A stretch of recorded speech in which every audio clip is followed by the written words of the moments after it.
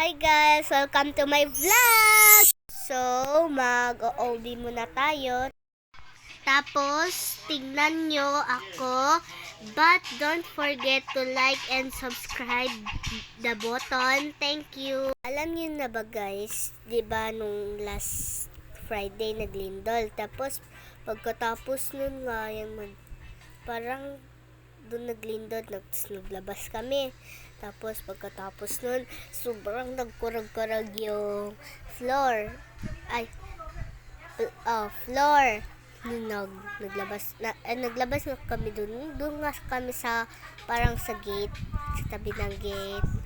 Tapos, at recess nga yun guys. So, sobrang lakas. So, ang nga nun, 7.9 ata.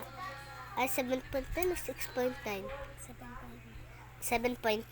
Tapos pagkatapos nung 7.9, tapos nagpunta na kami, tapos ipauwi kami ng principal. Tapos pagkatapos nun, uwi na kami. Tapos pagkatapos nun, pagkagabi nun, naglindol, 6.9. Yun, malakas pa rin yung 6.9 eh. Yun. So, meron pa akong isang kwento sa inyo guys.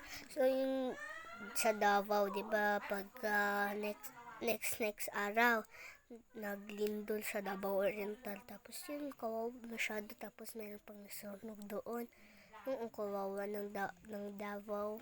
Yun. So, namatay 9. Ang namatay nga, may namatay nga doon. So, kunti lang nga yung namatay doon. Tapos, yun, maawa pa rin kami.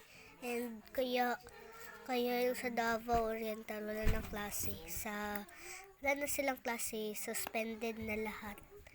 Yun. Tapos, meron pang isa doon, yung sa Davao din, nag-tsunami din sa Davao. Tapos din yung sa Cebu, naglinaw. Tapos yung gym nila, sobrang nagkurog-kurog. Tapos, maraming namatay doon, guys. So, yun, awa pa rin yung mga sa lindol, gano'n.